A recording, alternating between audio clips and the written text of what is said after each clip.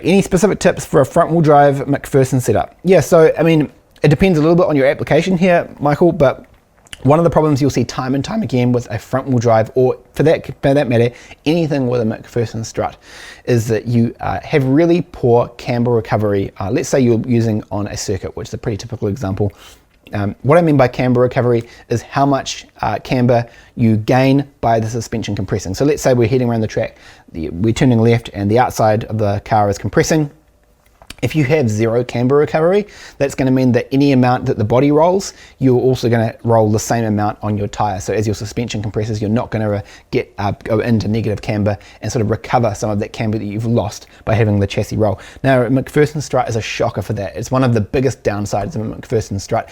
It's a great thing for packaging and for cost reasons. That's why so many manufacturers use them. But from a performance perspective, you're not going to find anyone out there that's going to choose to use a McPherson Strut if they're designing a car from scratch as far as optimizing its performance on track. And the reason primarily is to do with that poor camber recovery and roll.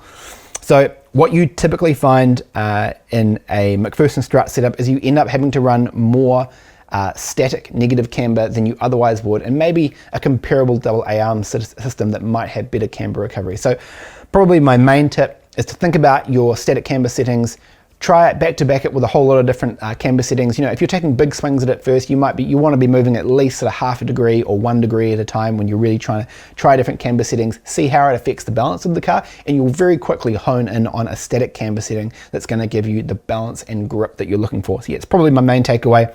Just really think about your camber settings anywhere where you've got a McPherson Strut, because they are pretty poor at recovering camber. That question was taken from one of our free live lessons. If you like free stuff and you want to expand your knowledge, click the link in the description to claim your free spot to our next live lesson. You'll learn about optimizing the performance and handling of your car on the racetrack, as well as improving your skills behind the wheel.